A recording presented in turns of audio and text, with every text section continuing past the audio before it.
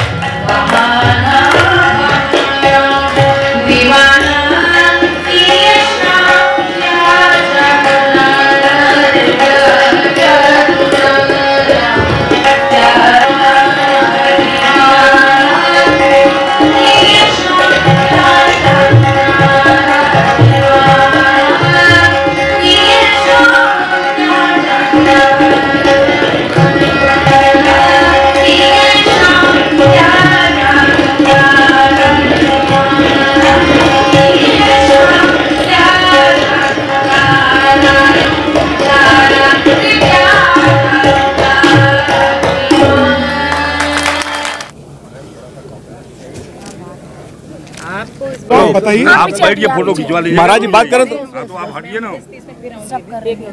संकट मोचन संगीत समारोह में 2 साल के लंबे अंतराल के बाद प्रस्तुति करके कैसा लगा? आप समझ रहे हैं, वो तो पूरे स्टेज से ही आनंद वर्षा हो रही थी। स्वयं ऐसा लग रहा था कि ये मंच बहुत जागृत मंच है, मैं नहीं सभी कलाकार कहते हैं। और कोरोना में तो ऐसी स्थिति आई थी कि हम लोग को लगता था क्या वापस फिर ऐसा समय आएगा, क्योंकि यहाँ जो भीड़ होती है, ये जितना बड़े साधक कलाकार मंच पे आते हैं उससे बड़े साधक श्रोता आते हैं कार्यक्रम सुनने। जितने अंदर अटे जितने बाहर हैं, स्क्रीन बाहर लगा है वहाँ देख रहे हैं, और पूरी रात ये समा रहता है। तो जैसे हनुमान जी ने समर्पित भाव से भगवान राम के प्रति भक्ति की, वैसा भक्ति भाव यहाँ पे आध्यात्मिक रहता है गायन में। तो आज मैं बहुत आनंदित थी। और एक तो मौसम भी ये चैत का है, तो आज 2-3 तरह की चैतियाँ भी सुनाई, और हनुमान जी का एक स्तुति पद राग बिहागड़ा में, उसी से मैंने प्रारंभ भी किया, ठुमरी सुनाई। और यहाँ के श्रोता तो बहुत वैसे ही इतना आनंद लेते हैं कि सुनाने में आनंद आता है। मालिनी अवस्थी को लोक शास्त्रीय संगीत के रूप में सुनना चाहते हैं, भोजपुरी के रूप में सुनना चाहते हैं, इसको आप किस रूप में जीती हैं दोनों विधा को? ये देखिए, तो श्रोता जिस रूप में भी दर्शक देखना चाहें, मुझे लगता है कलाकार को बहुआयामी होना चाहिए। हमने जब 7 सुर सीखे, उन 7 सुरों से सब संगीत की सृजना हुई है। शास्त्रीय संगीत तो बुनियाद है, हमने गुरुओं से सीखा, अप्पा जी से सीखा। और पूरब अंग जो बनारस की जो गायकी है, पूरब अंग, ये तो धमार, ध्रुपद, टप्पा, ठुमरी, दादरा, सादरा, झूला, कजरी, चैती, सबको एक अधिकार से सम्मान देती है। तो मुझे लगता है कि मैं माटी के गीत गाती हूँ, तो मुझे लगता है कि मैं एक आम भारतीय की उसके उद्गार को गा रही हूँ, उसी भाव में फिर व्यक्त करती हूँ। लोकगीत में लोक का मतलब ये जन की अभिव्यक्ति, और जब शास्त्रीय है तो उसकी एक गरिमा है, उसकी एक रियाज है, उसकी एक तैयारी है। और जब बनारस का नाम, गुरु का नाम भी आपके साथ होता है, तो उस तैयारी, उस गरिमा के साथ प्रस्तुत भी होना चाहिए। तो ये टीआरपी की बात की जाए तो मालिनी अवस्थी को लोक संगीत गायिका के रूप में काफ़ी आगे मानते हैं, और जहाँ तक डिजिटल प्लेटफॉर्म पर देखा जाए तो आप वहाँ पे फैन फॉलोइंग आपकी ज़्यादा है, इसके पीछे क्या राज है? डिजिटल पे इसलिए है क्योंकि आप भी तो डिजिटली हमें दिखाएंगे, तकनीक है, तकनीक का हर एक लोक संगीत आपके बहुत नहीं। देखिए, एक बात मैं बताऊं, लोक संगीत तो जो मैंने शास्त्रीय संगीत सीखते हुए भी जो मैंने लोक गीत गाए और गाती हूँ और मेरी पहचान है, उस पर मुझे बहुत अभिमान है। उसका कारण ये है कि मुझे वाकई लगा कि एक समय में शास्त्रीय संगीत सब गा रहे हैं, लेकिन हमारे उत्तर प्रदेश में ब्रज, अवधी और जो हमारी महिलाओं के, हमारी दादी आदि के जो गाने थे, उनके प्रति बड़ी उपेक्षा का भाव है। उसमें इतना गुरु, इतना महान साहित्य है, उनकी धुनें इतनी सुंदर है, उसको यदि उसी ठसक, उसी गायकी और उसी गरिमा के साथ पेश किया जाए तो शायद नई पीढ़ी को अपनी परंपराओं से फिर से प्रेम होगा, अपनी लोक धरोहर के प्रति सम्मान होगा। 40 साल की साधना मुझे लगता है थोड़ा थोड़ा वो हुआ भी है, क्योंकि अब कहीं ना कहीं जो एक लोकगीत सुनकर सबको लगता था वही, अच्छा वही, तो वो एक मुझे लगता है कि अब सम्मान का भाव आया है। मुकाम आपने दिया है? मैंने नहीं दिया, हम कौन होते हैं। एक मुझे लगता है कि देश भी बदल रहा है, समाज बदल रहा है, नए युवाओं को अपनी धरोहर और जड़ों को जानने की एक उत्सुकता है। तो वो जो गाती हूँ, वो मेरी वो जो एक चैतन्य मालिनी, मेरी जो चेतना आंतरिक, वो मुझसे कहती है कि इन गानों को लामना है। वो मेरा, मैं कर्तव्य समझती हूँ उसको। और जो आज गा रही हूँ, मेरा गुरु के प्रति कर्तव्य, गंडा बंधाया है, तो ये तो पूरब, ये तो हमारा ऋण है ना काशी पर, तो यहाँ की चीजें तो गाऊंगी। क्लाउन टाइम्स ब्रेकिंग न्यूज की खास खबरों को देखने के लिए हमारे चैनल को लाइक करें, सब्सक्राइब करें, घंटी को जरूर दबाएं। क्लाउन टाइम्स की खबरों को फेसबुक